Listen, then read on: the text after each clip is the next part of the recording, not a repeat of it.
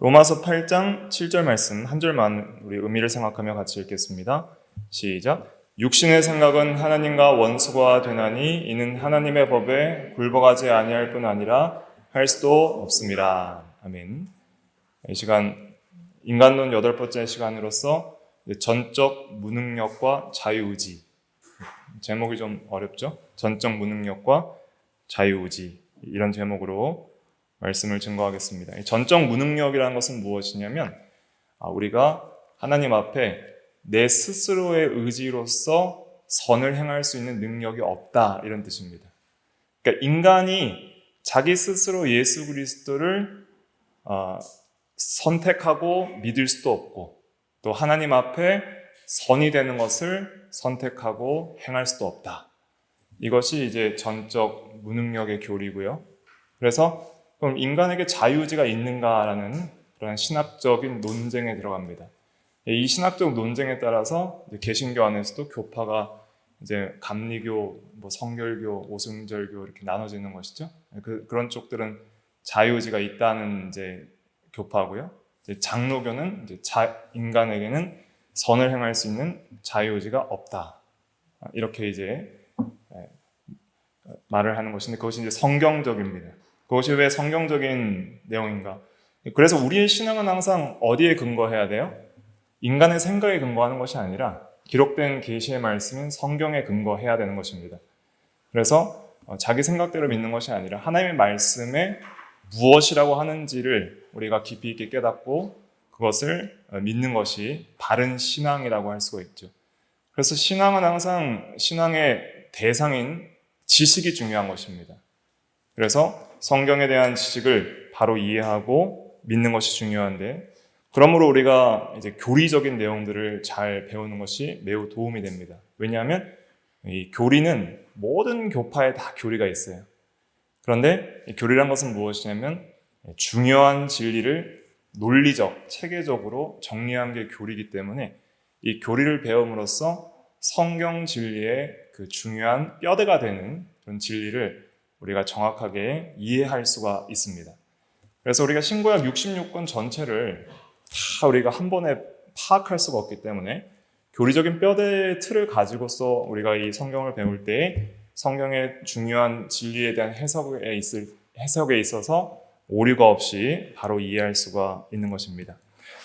성경은 이제 특별히 우리 인간은 전적으로 타락했다고 증거하고 있습니다. 그래서 오늘 나눠드린 프린트에도 보면 로마서 3장 10절도 저번 시간에 살펴봤잖아요. 로마서 3장 10절부터 12절까지 한번 같이 읽어볼까요? 시작. 기록된 바 의인은 없나니 하나도 없으며 깨닫는 자도 없고 하나님을 찾는 자도 없고 다 치우쳐 함께 무익하게 되고 선을 행하는 자는 없나니 하나도 없도다. 네. 이것이 하나님의 관점, 그리고 하나님의 말씀의 관점에서 이 자연적인 상태에 있는 인간들을 보는 시각입니다. 자연적인 상태에 있는 인간들이라는 것은 그냥 태어나서 아직 예수 믿기 전 상태의 모든 인간들을 보통 신학적으로 자연인 이렇게 표현합니다. 그래서 모든 이 인간들은 태어날 때부터 의인이 아니라 하나님 앞에 죄인이라는 거예요. 그 죄인인 증거가 우리가 아담의 원죄를 받았기 때문에 죄인이라는 그런 교리적인 지식들도 배웠지만은 또 실제적인 증거들이 있어요.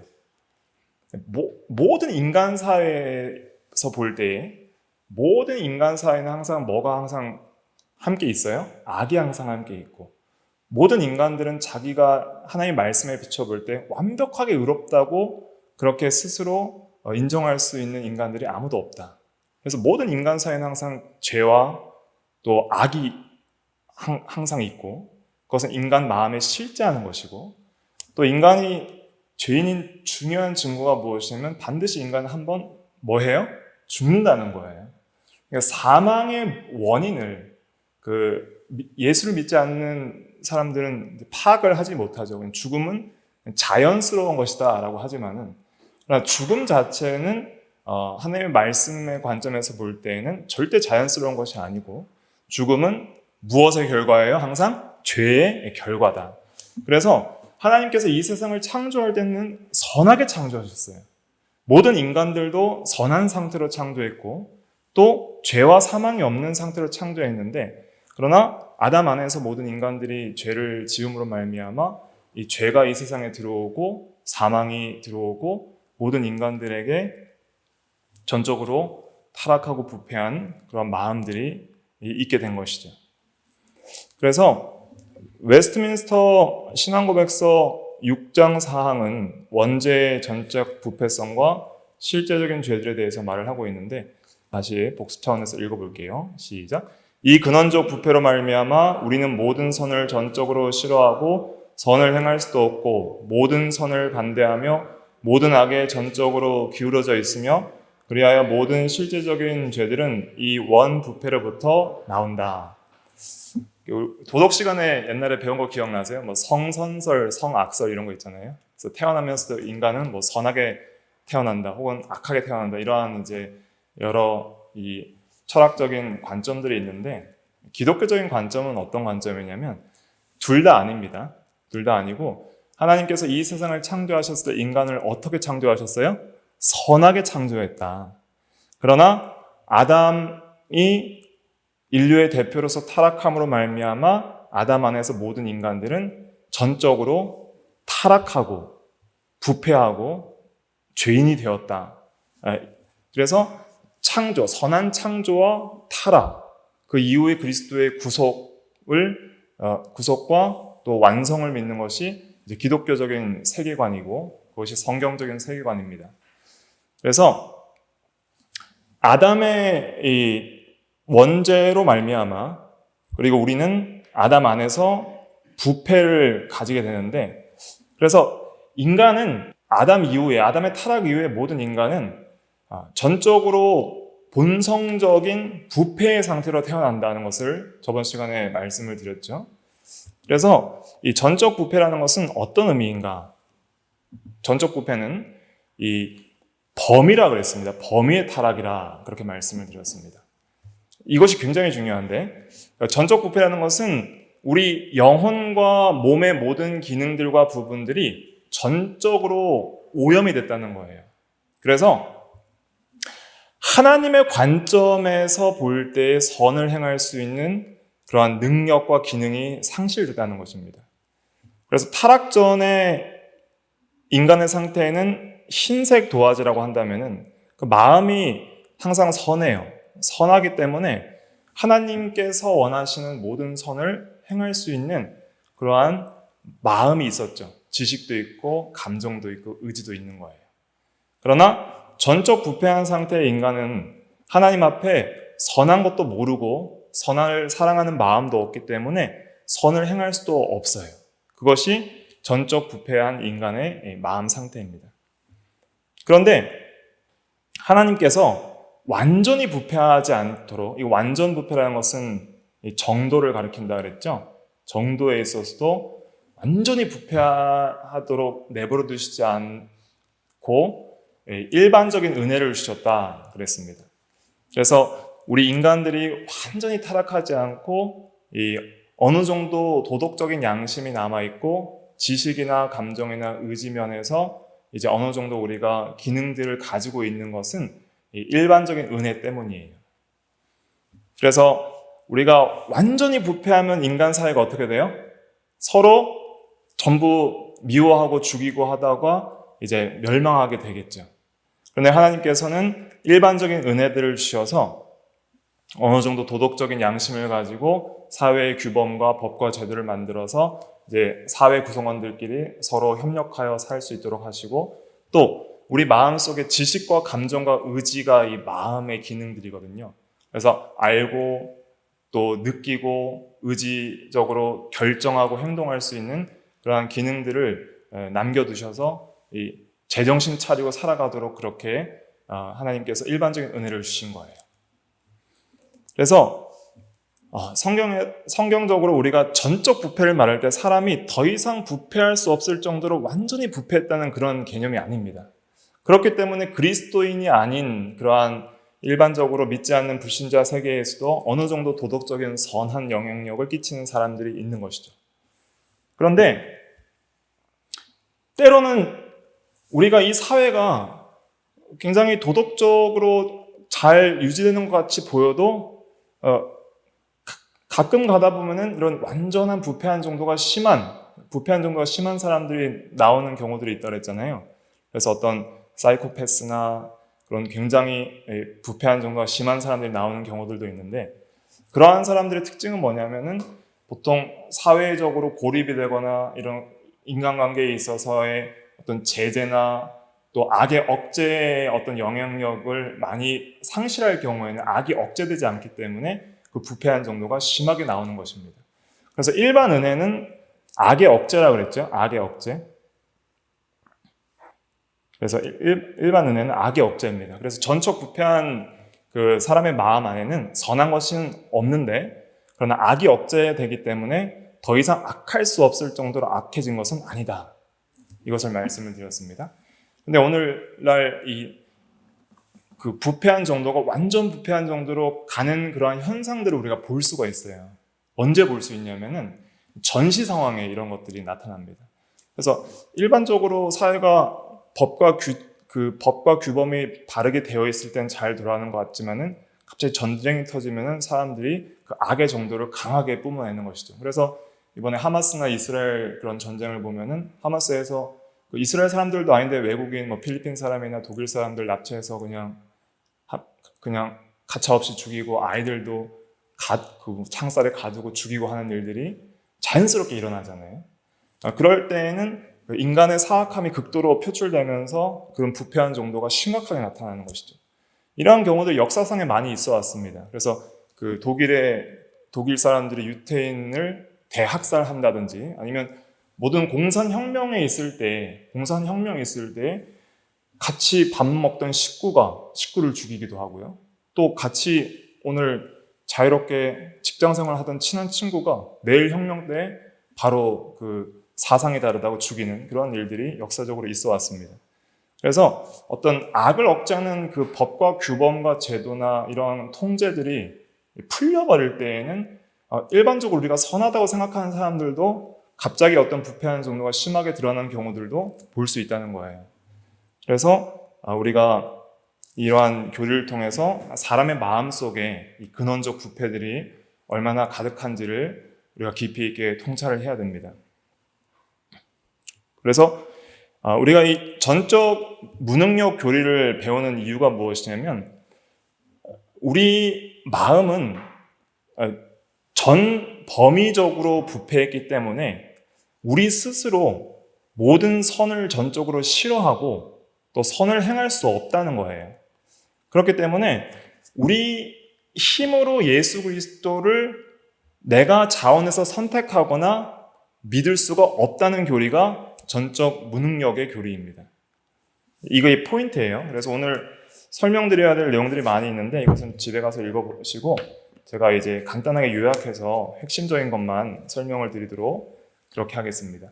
그래서 전적 무능력 교리로부터 우리가 도출될 수 있는 은혜로운 교리들은 무엇이냐면 하나님의 절대주권 교리. 그래서 우리가 예수를 믿는 것은 인간의 자유적인 선택에 있는 것이 아니라 하나님의 절대주권이 우선한다 하는 것이 중요한 것이고요. 또 예수를 믿는 것은 나의 선택이 아니라 전적 하나님의 뭐예요? 은혜라는 거예요. 은혜. 그래서 전적 은혜성과 절대 주권성 교리가 이 전적 무능력 교리로부터 파생되는 그러한 교리입니다. 쭉 넘어가셔서 그 3페이지 보겠습니다. 3페이지. 자유의지부터 할게요. 시간이 많이 없으니까. 집에 가서 한번 쭉 읽어보시면 되고요. 3페이지 자유의지부터 설명을 드려야 되겠습니다. 의지가 뭘까요? 의지. 자유의지라고 그랬는데 의지. 의지라는 것은 뭐냐면은 선택하는 능력이 의지입니다. 의지. 영어로는 will이라고도 하고요. 뜻 의자잖아요. 그래서 내가 선택하는 능력을 의지라 그래요. 그래서 모든 사람은 다 선택을 하면서 살아갑니다. 그러니까 매일매일 우리의 삶은 선택으로 이루어져 있잖아요. 하루에 몇 시에 일어나고 무엇을 먹고 무슨 일을 하고 또 어떤 일을 결정할 때 항상 우리의 마음은 선택의 연속을 경험하게 되고 그 선택에 따라 나의 습관과 나의 행동과 나의 어떤 삶이 다 결정이 되는 것이죠.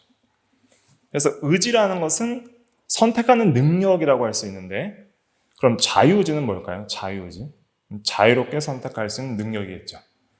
그래서 자유의지는 자유롭게 선택할 수 있는 능력이 인간에게 있는가 하는 거예요. 그러니까 이 자유의지가 인간에게 있는가는 뭐 자연과학이나 인문학이나 뭐 믿지 않는 세계에서도 많은 연구 주제가 돼요. 현재까지는 모른다가 그들의 입장이고, 성경에서는 인간에게 자유의지가 있느냐 없느냐 이것을 가지고 이제 말을 하고 있는데, 그 성경을 어떻게 해석하느냐에 따라서 교파들이 나뉘게 돼 있어요. 자, 그러면은 성경적인 그 해석은 인간에게 자유의지가 있을까요, 없을까요? 자유의지가 있어요, 없어요? 신학적으로 자유의지의 논쟁의 핵심은 뭐냐면, 단순히 자유롭게 선택할 수 있는 능력이 있냐 없냐의 문제가 아니라 하나님 앞에 선을 행할 수 있는 자유의지가 있느냐 없느냐가 핵심입니다.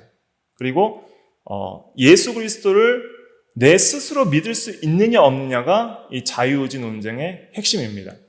그래서 인간이, 우리가 전도를 하잖아요. 예수님께서도 이 세상에 오셨을 때 내가 자꾸 하나님 나라가 가까이 왔으니 회개하고 복음을 믿으라 이렇게 전도를 하잖아요. 또 우리도 전도를 하잖아요. 전도를 할 때 우리가 예수를 믿었고 또 예수를 믿으라고 전도를 할 때 그 믿는 것이 궁극적으로 나의 자유로운 선택이었느냐 하는 것이죠. 나의. 이걸 잘 깊이 있게 생각하셔야 돼요. 좀 어려워도. 자, 예수를 믿는 것이 궁극적으로 그 예수를 선택한 것, 내가 예수를 믿는다는 것은 내가 믿기로 선택한 거거든요. 그 믿는다고 선택한 그 궁극적인 원인이 나에게 있느냐 나에게 없느냐예요. 그것이 자유의지가 있느냐 없느냐의 논쟁의 핵심입니다. 나에게 있어요 없어요? 성경적으로는 없다가 답이죠. 궁극적으로 내가 예수를 믿은 것은 하나님의 은혜예요? 나의 자유로운 선택이에요? 하나님의 은혜예요. 그런데 내가 선택한 것도 있어요 없어요? 있죠. 내가 선택한 것도 있는데, 그러나 그 선택이 궁극적이라는 것은 무엇이냐면은, 내가 자유롭게 선택한 선택도 있지만은 그 모든 선택의 최종 궁극적 원인이 나에게 있는 것이 아니라 하나님께 있다는 것이, 그것이 성경적인 견해입니다. 이것을 잘 이해하셔야 됩니다. 굉장히 중요한 교리적인 내용이고 이것을 우리 신앙생활에 잘 적용할 수가 있습니다. 그래서 성경적으로 우리가 논쟁할 때 인간에게 자유의지가 있느냐 할 때에는 핵심은 뭐냐면, 내가 그리스도를 믿는 것, 그리고 하나님 앞에서 선을 행하는 것을 선택하는 자유가 궁극적으로 인간 자신에게 있느냐는 거예요. 처음 창조됐을 때 인간은 선을 행할 수 있는 자유가 있었습니다. 그래서 자유라는 것은 선을 행할 수 있는 자유의지를 말하는 거예요. 신학적으로 말할 때는. 그렇기 때문에 처음 창조한 인간에게는 하나님 앞에 선을 행할 수도 있고 악을 행할 수도 있었어요. 그러나 범죄 후 타락한 인간은 이 자유의지가 이제는 전적으로 부패한 본성에 종속되어 있기 때문에 인간 스스로의 힘으로는 그리스도를 믿을 수도 없고 하나님 앞에 선을 행할 수도 없다는 교리가 바로 전적 무능력의 교리입니다. 조금 쉽게 설명을 드리면 인간에게는 자연적인 자유의지는 전부 있습니다. 자, 우리가 인생을 살아가면서 우리의 자유가 침해를 받으면서 살지는 않아요. 하나님께서 우리에게 자유의지라는 것을 주셨기 때문에 우리는 자유롭게 내가 원하는 것을 선택하면서 삽니다. 이것은 동물이나 다른 피조물에게는 없는 거예요. 내가 느끼는 대로 원하는 것을 선택하면서 사는 자유의지를 우리에게 주셨어요. 그렇기 때문에 짜장면을 먹을 것인가 짬뽕을 먹을 것인가 결정하는 것도 내가 자유롭게 선택을 할 수 있는 거예요.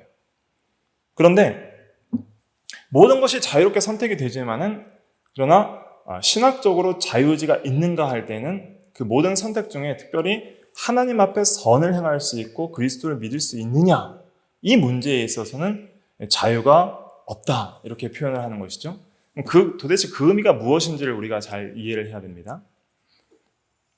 먼저 이것을 좀 자세하게 설명드리기 전에 먼저 왜 하나님께서 인간에게 자유의지를 주셨는가라는 것을 먼저 깨닫는 것이 중요한데, 사람들이 이런 질문을 하잖아요. 선악과를 왜 주셨나? 선악과를 안 주셨으면 인간이 따먹지 않고 범죄하지 않았을 텐데 왜 선악과를 주셔서 인간이 따먹게 하고 죄를 짓게 하셨는가? 이렇게 생각할 수 있잖아요. 그런데 하나님께서 인간에게 자유의지를 주셨어요. 그리고 선악과를 따먹을 수도 있고 따먹지 않을 수도 있게 하신 거예요. 왜 그렇게 하셨을까요? 이것은 자원하여 순종하고 사랑하도록 그렇게 하신 거예요. 그러니까 자원성과 사랑에 있어서는 자원성이 정말 중요하다는 것을 하나님께서 알고 인간에게 그 자원성, 자유를 주신 거예요. 그러니까 인간이 하나님을 사랑하고 순종하는 데 있어서 로봇처럼 프로그래밍 돼가지고 순종하게 되면 그러한 순종을 하나님께서 기뻐하시겠냐는 것이죠. 우리가 인격적인 관계에서의 사랑의 관계는 어때요? 인격적인 사랑의 관계는 자유롭게 원해서 사랑해야 그것이 정말 진정한 사랑이라고 우리가 생각할 수 있잖아요. 어떤 정략 결혼이나 어떤 자기의 이익에 의하여 자기는 전혀 남편이나 아내를 사랑하는 마음이 없는데 그의 재물이나 어떤 외부적 배경을 위하여 나의 유익을 위하여 결혼하고 사랑하는 것은 가식적이고 외식적인 사랑이죠. 그리고 아무런 자원하는 마음도 없는데 그냥 로봇처럼 그냥 의지가 없이 그냥 하나님께 순종하는 그러한 순종은 그냥 종로로 타는 것뿐이요. 정말 하나님과의 어떤 인격적 교제나 사랑을 나눌 수 있는 그런 관계 자체가 형성이 안 되는 것이죠. 그렇기 때문에 왜 인간에게 특별히 이 자유의지를 주셨냐면은 하나님을 알고 사랑하고 자원하여 순종할 수 있도록 자유의지를 주신 거예요. 그래서 우리 마음은 그냥 작동하는 것이 아니라 반드시 그 인격이 있습니다. 인격적인 작용이 있다고 그랬잖아요. 그 인격적인 작용의 내용은 뭐가 있어요? 지식, 감정, 의지가 있다고 그랬습니다. 그래서 지식, 감정, 의지를 통해서 작용을 하죠. 그래서 반드시 우리가 무엇을 선택을 하려면 반드시 지식이 있어야 돼요. 아무것도 모르는데 무엇을 선택할 수는 없어요. 그래서 짜장면을 먹을지 짬뽕을 먹을지 선택을 하는 것도 내가 그 메뉴판이 주어져야 선택을 하는 거예요. 그리고 무엇인가 더 이끌리는 것을 선택하게 되어 있어요. 당장 여러분들은 지금 두 메뉴판이 주어졌을 때 뭘 드시고 싶으세요? 딱 그 시간에 더 먹고 싶은 걸 선택하게 되어 있는 거예요. 그래서 더 끌리는 것, 감정적으로 지식이 주어지고 감정적으로 더 끌리는 것을 선택하게 되는 것이 인간의 마음의 작용이에요. 그래서 뭘 알아야 선택하고 그 아는 내용 안에서 더 낫고 좋아하는 것을 선택할 수 있어요. 그래서 이 의지라는 것은 무엇이냐면 이 의지를 잘 정의하는 것이 중요한데 이 의지는 마음의 선택인데 이것은 독립적으로 작용하는 작용이 아니라 반드시 뭐와 뭐의 영향을 받게 되어 있어요? 지식과 감정의 영향을 받게 되어 있습니다. 이것을 이해하는 게 정말 중요합니다. 내가 하루의 모든 삶을 선택하는 데 있어서 그냥 내 의지가 독립적으로 선택을 하는 게 아니라 내가 무엇을 알고 무엇을 사랑하느냐에 따라서 선택한다는 거예요. 내가 아는 것을 선택할 수 있고 내가 더 끌리고 그 순간에 가장 강한 동기에 의해 충동되고 또 내가 사랑하는 것을 따라서 선택하는 거예요. 그것이 의지입니다. 그래서 의지는 무엇인가 라고 했을 때에 이 의지는 조나단 에드워즈라는 그 훌륭한 신학자는 마음의 선택이다 이렇게 잘 정의를 했어요. 이 정의가 굉장히 중요한데 마음의 선택이라는 것은 무엇이냐면 이 의지가 있는데 이 의지는 독립적으로 작용하는 것이 아니라 반드시 마음을 따라서 마음 안에서 마음 상태에 따라서 의지가 결정이 된다는 거예요. 그래서 의지는 자유로워요. 모든 인간의 의지는 자유로워요. 그러나 마음에 따라서 그 자유가 결정이 된다는 거예요. 여러분들이 예수를 믿을 때 자원해서 믿었습니까? 아니면 억지로 믿기 싫은데 믿었습니까? 우리가 예수를 믿을 때도 자원하여 믿잖아요. 그리고 내가 모든 결정을 할 때에도 외적 강압은 있을 수 있어요. 모든 결정에 있어서 외적 강압은 있을 수 있지만은 최종적인 결정을 내가 내릴 때에는 내 마음은 자유롭게 결정을 내리는 거예요. 그래서 의지는 절대 독립적인 그러한 인격적 작용이 아니라는 것을 우리가 기억을 해야 됩니다. 그래서 우리가 선택의 순간에 있어서 마음 안에 가장 강한 동기에 의해서 선택이 결정이 되는 거예요. 예를 들어보면 우리가 예수를 믿는 것도 과거에는 이 강압에 의하여 믿게 하는 그러한 일들이 있었거든요. 그래서 예수를 믿지 않는 사람들은 죽이고 또 이 이단에 정죄되면 또 죽이는 그러한 때가 있었습니다. 외적 강압에 의하여 예수를 믿게 하는 때도 있었고요. 또 외적 강압에 의하여 예수를 부인하게 박해하는 그러한 경우도 있어 왔습니다.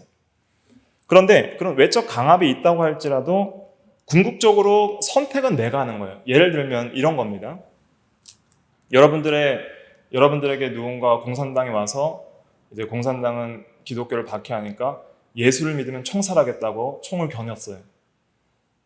그러면 예수를 부인하라고 할 때 그런 외적 강압이 있지만은 그러나 최종적인 순간에 내가 내 목숨을 잃는 것보다 예수 믿는 것을 고백하는 것이 더 낫고 기쁘다고 생각하는 사람들은 부인할까요? 안 부인할까요? 부인하지 않는 거예요. 마지막 순간에 내가 예수를 믿고 예수를 부인하는 것이 옳지 않다고 그것이 더 좋다고 강하게 마음이 이끌리면 의지는 나는 그럴 수 없다. 나는 하나님의 자녀다라고 그렇게 고백할 수밖에 없는 거예요. 그러나 베드로처럼 예수를 믿는다고 할 때 육신의 죽음이 더 두렵다면은 그 순간은 예수를 부인하는 것이 좋다 생각이 들면은 내 마음이 원하는 대로 그것을 선택하는 거예요. 그러니까 어떤 강압이 있어도 인간은 자유하기 때문에 내 마음에 알고 가장 좋다고 느끼는 그 동기를 따라서 의지는 선택을 하게 되어 있어요. 그래서 이 의지는 항상 자유롭지만은 그러나 마음의 선택이기 때문에 마음이 어떠하느냐에 따라서 의지가 결정이 돼요. 그래서 이 말씀을 왜 드리냐면 전적으로 부패한 죄인은 마음에 있어서 하나님을 바르게 알아요? 몰라요? 하나님을 몰라요. 그리고 하나님을 사랑하지도 않아요. 그렇기 때문에 예수를 믿으려고 할 때 의지는 자유롭지만은 자유롭게 예수를 선택할 수 있는 의지는 있지만 그러나 예수를 모르고 하나님도 모르고 또 궁극적으로는 예수와 하나님을 마음속으로 미워하고 싫어하기 때문에 하나님의 법과 하나님의 말씀을 싫어하기 때문에 싫어하는 것을 선택할 수가 없는 거예요. 그렇기 때문에 우리 인간에게 있어서 자유의지는 없다라고 말을 하는 이유는 무엇이냐면 마음이, 지식과 감정이 하나님을 모르고 하나님을 싫어하기 때문에 의지적으로는 절대로 자유해도 선택할 수가 없다는 거예요. 자, 그러면 여기서 중요한 것은 무엇이냐면 선택할 수 없다는 것은 의지가 없다는 것이 아닙니다. 선택할 수 없다는 것은 내가 자유롭게 선택하지 않는다는 거예요. 이게 포인트입니다. 그래서 예수를 믿지 않는 사람들, 또 하나님의 법을 순종하지 않는 사람의 특징은 무엇이냐면 내가 할 수 있는 의지가 없어서가 아니라 내가 하기 싫어서 안 하는 거예요. 하기 싫어서 안 하는 거예요. 내가 자유롭게 그것을 하기 싫어서 선택 안 하는 겁니다. 그래서 안 믿는 것이고 그래서 순종 안 하는 거예요. 그리스도인들 똑같습니다. 저와 여러분들이 오늘 살아갈 때 왜 하나님의 말씀을 믿지 않고 왜 하나님의 말씀을 순종하지 않냐면 궁극적으로 결정적인 선택의 순간에 그것이 싫어서 안 하는 거예요. 내 욕심이 더 좋고 내 생각이 더 옳다고 생각하고 세상을 사랑하고 자기 욕심대로 사는 것이 더 좋기 때문에 그 욕심을 따라 선택하는 것을 욕심을 따르는 것을 선택하고 하나님의 법을 버리기 때문에 우리가 순종하지 못하는 것입니다. 내가 자유롭게 하나님을 떠나서 자유롭게 죄악을 선택하는 거예요. 이것을 가리켜서 도덕적 이 무능력이라고 하는데, 예수 믿기 전에 모든 사람들은 이 도덕적인 무능력을 가지고 있습니다. 그래서 전적으로 무능력하다 할 때 의미는 무엇이냐면 자연적 무능력이 아니라 도덕적 무능력을 가리키는 거예요. 이걸 좀 설명을 드리면, 자연적 무능력은 원래 능력이 없어서 못하는 거예요. 우리가 총알보다 빨리 달릴 수 없잖아요. 그리고 날개가 없기 때문에 새처럼 날 수도 없습니다. 또 아가미가 없기 때문에 물속에서 숨을 쉴 수도 없어요. 이것은 자연적 무능력이에요. 예를 들면 게으르게 누워있지만 말고 일어나 열심히 일하라, 이렇게 누워있는 사람이 말을 했어요. 근데 그 사람이 전신마비로 병상에 누워있어요. 전신마비로 움직일 수 없는 자연적 무능력 상태에 누워있는 사람한테 넌 악하고 게으르다라고 할 수 있어요, 없어요? 없는 거예요. 그 사람은 자연적으로 일어나서 열심히 일하고 싶어도 일을 할 수 없는 그런 능력이 없는 상태이기 때문에 열심히 일어나서 일하라 해도 그것을 순종할 수 있어요, 없어요? 못하는 거예요. 이것을 가리켜서 자연적 무능력이라고 하는 것이죠. 그런데 또 다른 의미로서 도덕적 무능력은 뭐냐면 이런 겁니다. 사지가 멀쩡해도 마음이 너무 게을러요. 일할 마음이 없어요. 그냥 일하기 싫은 거예요. 그래서 게으르게 누워있지만 말고 일어나 열심히 일하라 라고 말하는데도 계속 누워있는 사람이 있죠. 그 사람은 그런 능력이 있지만은 자기가 그것이 싫어서 하지 않는 것이니 이러한 사람에게는 도덕적 책임을 물을 수 있어요, 없어요? 있는 거예요. 너는 악하고 게으르다, 이렇게 도덕적 책임을 물을 수 있는 거예요. 자연적 능력이 없는 사람에게는 도덕적 책임도 물을 수가 없는 것이죠. 그 사람은 능력이 없기 때문에. 그래서 사람들은 이렇게 말합니다.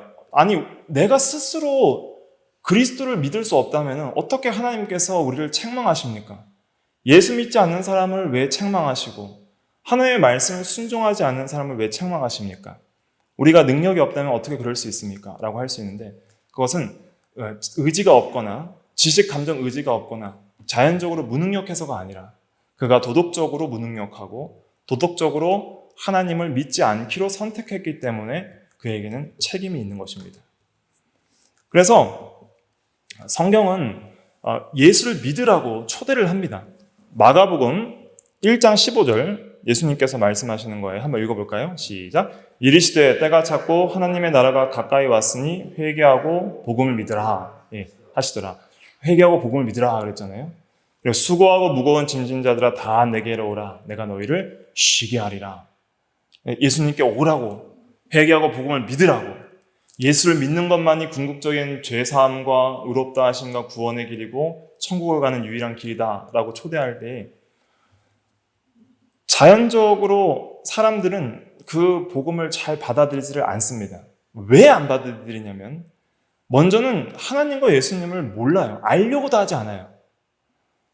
조금이라도 성경을 공부하고 정말 믿을 만한 진리인가 아닌가를 연구해보면 참 좋을 텐데 그러려고 하지도 않습니다. 지식도 없고요. 두 번째는 마음 자체가 없어요. 예수를 믿고 또 예수를 사랑하고자 하는 마음 자체가 없어요. 마음이 없는 사람이 어떻게 의지적으로 선택을 하겠어요? 그러니까 예수를 안 믿고 하나님의 말씀을 순종하지 않는 사람의 특징은 뭐냐면 내가 자유롭게 그렇게 싫어서 안 하는 거예요. 싫어서 안 하는 거예요. 그렇기 때문에 도덕적으로 무능력한 것이고 그것은 무능력해도 책임이 있는 것입니다. 그래서 자유는 있지만은 마음이 전적으로 부패했기 때문에 의지는 마음의 경향성을 따르기 때문에 마음이 하나님을 모르고 싫어하므로 의지는 하나님을 절대로 자유롭게 선택하지 않는 거예요. 자유롭게 선택하지 않는 거예요. 그래서 하나님을 찾기를 거부하고 믿지 않는 것이 더 죄책을 크게 하는 것입니다. 그래서 5페이지에 요한복음 3장 18절부터 21절까지 한번 같이 읽어볼까요? 3장 18절부터 21절까지 시작. 그를 믿는 자는 심판을 받지 아니하는 것이요 믿지 아니하는 자는 하나님의 독생자의 이름을 믿지 아니함으로 벌써 심판을 받은 것이니라. 그 정죄는 이것이니 곧 빛이 세상에 왔을 때 사람들이 자기 행위가 악함으로 빛보다 어둠을 더 사랑한 것이니라. 악을 행하는 자마다 빛을 미워하여 빛으로 오지 아니하나니 이는 그 행위가 드러날까 하며 진리를 따르는 자는 빛으로 오나니 이는 그 행위가 하나님 안에서 행한 것임을 나타내려 함이라 하시니라. 네. 여기 보면 그를 믿는 자는 심판을 받지 아니하는 것이요. 예수를 믿으면 심판을 받지 않습니다. 너는 죄인이라 정죄를 받지 않고요. 또 하나님의 나라를 상속받게 됩니다. 그러나 믿지 아니하는 자는 하나님의 독생자의 이름을 믿지 아니함으로 벌써 심판을 받은 것이니라. 이것은 즉 하나님의 정죄 상태에 있다는 거예요. 너는 죄인이라는 정죄 상태에 있는 사람들은 믿지 아니함으로 그 정죄를 받는 거예요. 왜냐하면 예수를 믿음으로 우리는 그리스도의 완전한 의를 전가받아서 의롭다 하심을 받는데, 그러나 예수를 믿지 않는 자는 자기 죄 때문에 심판을 받는 것이죠. 정죄는 하나님의 판단을 가리키는 거예요. 하나님의 심판. 근데 왜 하나님께서 사람을 죄인이라고 할 수 있을까요? 그들은 전적으로 무능력한데 하나님 내가 능력이 없어서 믿지 못한 것이 아닙니까? 라고 말할 수 있어요? 없어요? 없다는 거예요. 왜냐하면 이 전적 무능력거리는 자유가 없어서 안 믿은 것이 아니라 오히려 그 자유가 나의 마음의 상태에 종속되기 때문에 내 마음이 하나님을 모르고 하나님을 거부하고 사랑하지 않으므로 자유롭게 하나님을 선택하지 않았기 때문에 도덕적으로 무능력한 거였고, 그리고 도덕적 책임이 있는 것이죠. 내가 선택한 거예요. 그러니까 믿지 않은 사람들도 내가 선택해서 안 믿은 것이고, 믿는 사람들도 내가 선택하여 믿은 건데, 믿는 사람들의 특징은 그 궁극적인 믿음의 원인이 어디에 있다는 거예요? 하나님의 은혜에 있다는 거예요. 이것이 중요한 진리입니다. 그래서 믿지 않는 사람의 특징은 무엇이냐면 곧 빛이 세상에 왔을 때, 이 빛은 뭘 상징하냐면 의, 진리, 생명을 상징하는 것이죠. 빛은 생명을 살려내고 밝은 의, 또 진리를 상징하는 것입니다. 빛, 예수 그리스도가 빛이고 또 의이고 진리고 생명인데 사람들이 자기 행위가 악함으로 뭐보다 뭘 더 사랑했어요? 빛보다 어둠을 더 사랑한 것이니라 그랬습니다. 그래서 의보다 악을 더 사랑했기 때문에 안 믿은 거예요. 그래서 20절에 보니까 악을 행하는 자마다 빛을 미워하여, 즉 의를 미워하여 빛으로 오지 아니하나니 이는 그 행위가 드러날까 하며 진리를 따르는 자는 빛으로 오나니 이는 그 행위가 하나님 안에서 행한 것임을 나타내려 하시니라 그랬습니다. 그래서 악을 행하는 자, 또 믿지 않는 자는 빛보다 어둠, 의보다 죄를 더 사랑하기 때문에 예수를 믿지 않는 것입니다. 예수를 믿지 않고 하나님의 법에 굴복하지 않는 사람의 특징은 악을 사랑하기 때문이에요. 그러나 믿는 사람의 특징은 뭐냐면 21절 다시 읽어볼게요. 21절 시작. 진리를 따르는 자는 빛으로 원하니 이는 그 행위가 하나님 안에서 행한 것임을 나타내려 함이라. 누구 안에서 행한 거예요? 하나님 안에서 행한 것이다. 그래서 이것은 하나님의 은혜라는 것입니다. 은혜. 예수를 믿는 것은 결국은 하나님의 전적인 은혜에 있다는 거예요. 그럼 이 하나님의 은혜란 무엇인가? 이 은혜는 쉬운 말로는 선물입니다. 선물. 선물은 값 주고 사는 거예요? 그냥 주는 거예요? 그냥 주는 거예요. 하나님께서 절대 주권을 가지고 그 선물을 주시는 거예요. 은혜의 선물을. 그래서 이 은혜의 선물은 무엇이냐면 믿음을 주시고요. 마음의 근본적인 성향의 변화를 주시는 거예요. 그것이 구원의 은혜입니다. 구원의 은혜는 하나님이 주시는 것이고 구원은 하나님께 달려 있습니다.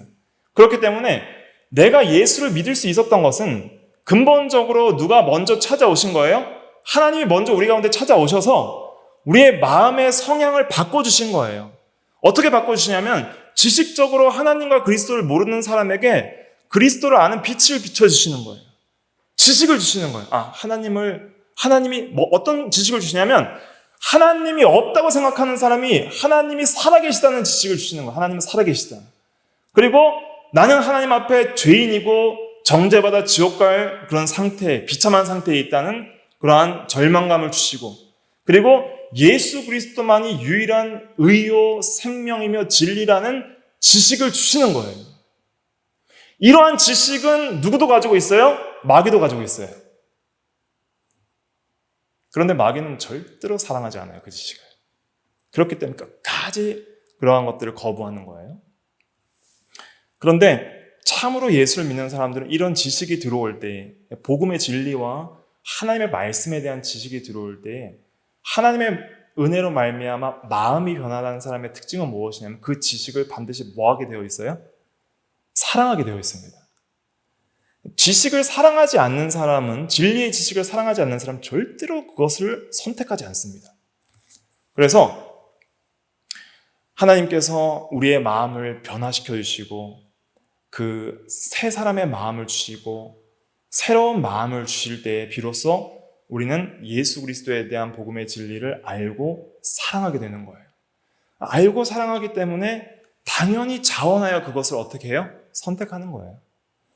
그러니까 예수를 믿는 사람은 예수를 믿을 때 내가 선택해요. 내가 자유롭게 선택해요. 자, 믿는 사람도 내가 자유롭게 선택해요. 믿지 않는 사람도 내가 자유롭게 선택하지 않아요. 믿는 사람의 궁극적인 원인은 어디에 있어요? 자기의 선택에 있어요? 하나님의 은혜 주심에 있어요? 하나님의 은혜 주심에 있는 거예요. 하나님의 은혜 주심을 따라서 우리의 마음이 새롭게 되고 변화를 받아 새 사람이 될 때 비로소 하나님의 진리를 선택하고 믿게 되는 것이죠. 이것이 기독교 신앙의 중요한 진리입니다. 그러면 이것이 우리에게 어떠한 도움이 되는가 하는 것이죠. 이러한 진리가 궁극적으로 실제로 우리에게 어떤 도움이 되는가? 우리가 하나님을 믿게 되는 것은 나의 어떤 마음의 상태에 있는 것이 아니라 하나님의 은혜에 있기 때문에 전적으로 하나님의 은혜를 구하는 데 도움이 되는 것이죠. 그래서 우리가 믿음이 없을 때 하나님 나에게 믿음을 달라고 전적으로 하나님의 은혜를 구해야 됩니다. 또 우리가 전도를 할 때에도 전도하고자 하는 사랑하는 대상에게 하나님 그의 마음을 열어서 하나님을 알고 사랑하게 해달라고 그에게 믿음을 달라고 구해야 하는 것이죠. 그렇게 간절히 믿음을 달라고 구할 때 하나님께서 은혜를 주시면 구원의 역사가 이루어지는 겁니다. 그래서 우리가 믿는 믿음도 하나님의 선물이고 구원도 하나님의 은혜의 선물인 거예요. 에베소서 2장 8절 한번 같이 읽어볼까요? 시작. 너희는 그 은혜에 의하여 믿음으로 말미암아 구원을 받았으니 이것은 너희에게서 난 것이 아니요 하나님의 선물이라. 네. 그래서 믿음도 하나님의 선물이요 구원도 하나님의 선물인 거예요. 그래서 처음 우리가 예수를 믿을 때는 내가 선택했지만 궁극적으로 먼저 우리의 마음을 새롭게 하시고 우리의 영혼을 거듭나게 하시고 살려주셔서 이제 믿을 수 있는 마음이 돼서 결국 우리가 인식할 때는 내가 믿은 것처럼 인식이 되는 거예요. 자, 그러면 우리 구원받은 성도에게 이러한 자유의지를 적용했을 때에 우리는 또 어떠한 적용을 할 수 있느냐? 구원받은 성도에게는 저번 시간에 우리가 이제 구원받은 성도에게는 예수 믿는 사람에게는 두 마음이 있다고 했죠. 새 사람의 마음과 옛 사람의 마음이 있다고 했습니다. 그런데 우리가 새 사람의 마음을 따라 거룩하게 살지 못하고 우리 성도들도 우리가 매일의 순간 가운데 죄를 짓는 이유는 무엇이냐면 내가 그 죄를 알고 죄악의 낙도 알고 그 죄를 사랑해서 자유롭게 그걸 선택하는 거예요. 그러니까 결국 성도가 거룩한 삶을 살아가려면 항상 하나님의 은혜를 받아서 마음이 새로워져서 변화를 받아야 됩니다. 그러려면 이 교리를 적용해서 우리가 정말 자유롭게 하나님의 뜻을 선택하려면 결국은 무엇이 변화돼야 돼요? 마음이 변화돼야 되는 거예요. 마음이 변화될 수 있게 해달라고 간절히 기도하는 것이 중요합니다. 그래서 우리가 기도할 때 하나님 우리 마음을 새롭게 하여 주시옵소서. 우리의 마음에 참된 변화가 있게 하여 주시옵소서. 이것을 기도해야 됩니다. 그럴 때 우리의 마음이 새롭게 되고 하나님을 알고 사랑하는 마음에 있어서 새롭게 되는 것이죠. 그래서 에베소서 4장 24절부터 보면 너희는 썩어져가는 구습을 쫓는 옛사람을 벗어버리고 오직 심령이 새롭게 되어 변화를 받아 하나님을 따라 의와 진리의 거룩함으로 지으심을 받은 새 사람을 입으라 그랬잖아요. 이거 읽고 마치도록 하겠습니다. 에베소서 4장 22절부터 24절까지 314페이지, 에베소서 4장 22절부터 24절 같이 한번 읽어볼게요. 시작. 너희는 유혹의 욕심을 따라 썩어져가는 구습을 따르는 옛사람을 벗어버리고 오직 너희 심령이 새롭게 되어 하나님을 따라 의와 진리의 거룩함으로 지으심을 받은 새 사람을 입으라. 네.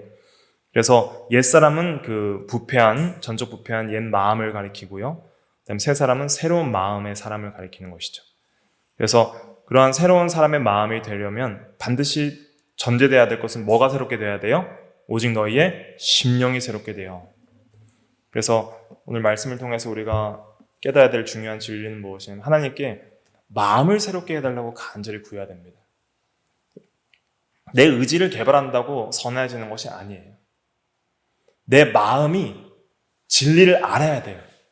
하나님을 알고 그 다음에 내 마음이 그리스도를 뜨겁게 사랑해야 돼요. 그러니까 하나님을 사랑하지 않고 그리스도를 사랑하지 않는 사람은 절대 그리스도를 순종하지 않습니다. 그러니까 인격적 관계라는 건 그런 거예요. 사랑하지 않으면 절대 그 사람의 말을 듣지 않습니다. 그래서 마음이 새롭게 된다는 건 무엇이냐면 하나님을 미워하던 존재가 하나님을 사랑하는 존재로 바뀌는 거예요. 그럴 때 비로소 하나님의 법을 순종하고 하나님의 뜻을 순종할 수 있는 그러한 사람이 되는 거예요. 오늘 말씀드린 본문 로마서 8장 7절에 보면은 육신의 생각은 하나님과 원수가 된다 그랬잖아요. 그러니까 하나님을 미워하는 거예요. 옛사람의 마음은. 그래서 하나님을 미워하기 때문에 하나님의 법에 굴복하지 아니할 뿐 아니라 할 수도 없다 그랬잖아요. 그러니까 미워하는 사람을 어떻게 순종하겠어요? 그래서 우리의 마음이 새롭게 되기 위해서는 하나님의 은혜를 구해야 됩니다. 하나님, 이렇게 간절히 기도하셔야 돼요. 기도가 왜 중요하냐면 기도를 통해서 마음이 변화돼요. 절대 기도 없이는 마음이 변화되지 않습니다. 기도 시간에 궁극적으로 우리가 중요하게 구해야 될 것은 무엇이냐면 하나님, 내 마음, 심령을 변화시켜 주시옵소서. 심령이 새롭게 되게 하여 주시옵소서. 그렇게 간절히 기도해야 돼요. 그럴 때 하나님의 진리를 깨닫는 지식도 주시고요. 또 하나님을 사랑할 수 있는 놀라운 마음을 주세요. 이상하게, 신비하게 전에 그렇게 사랑하지 않던 그리스도와 하나님을 사랑하게 되는 마음이 돼요. 그럼 자연스럽게 의지는 어떻게 돼요? 자유롭게 하나님을 순종하는 거예요. 그래서 아직 믿지 않는 사람들에게는 하나님을 알고 사랑할 수 있는 마음의 변화를 달라고 기도하고 또 우리에게도 그러한 마음의 변화를 달라고 기도할 때 실제로 그러한 역사가 믿는 자 가운데 일어납니다. 그럴 때 거룩한 사람으로 변화되기 시작하는 것이죠. 기도하겠습니다.